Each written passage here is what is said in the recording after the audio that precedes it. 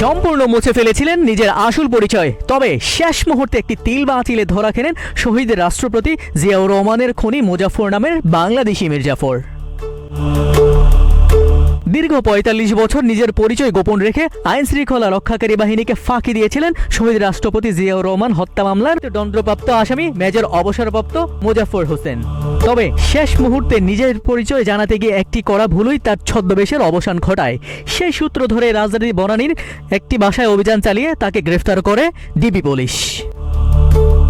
তিনি সম্পূর্ণ একটি ছদ্মনাম ধারণ করেন এবং নিজের চেহারা ও বেশভূষা পরিবর্তন আনেন।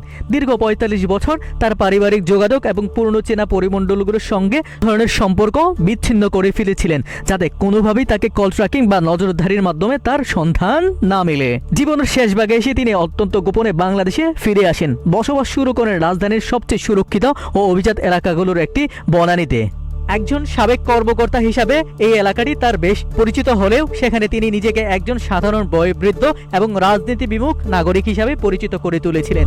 আশেপাশের মানুষ বা প্রতিবেশীরা কেউ কল্পনাও করতে পারেনি যে তাদের পাশে বসবাসকারী এই বৃদ্ধই আসলে বাংলাদেশের ইতিহাসের অন্যতম চাঞ্চল্যকর রাষ্ট্রপতি হত্যাকাণ্ডের ফাঁসির দণ্ডপ্রাপ্ত আসামি।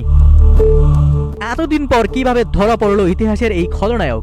জানতে চাইলে অভিযানে থাকা ডিবির এক দায়িত্বশীল কর্মকর্তা বলেন, আইন শৃঙ্খলা রক্ষাকারী বাহিনীর চোখ এড়াতে অপরাধীরা কত ধরনের কৌশল অবলম্বন করতে পারে অন্যতম উদাহরণ এই মুজাফফর হোসেন।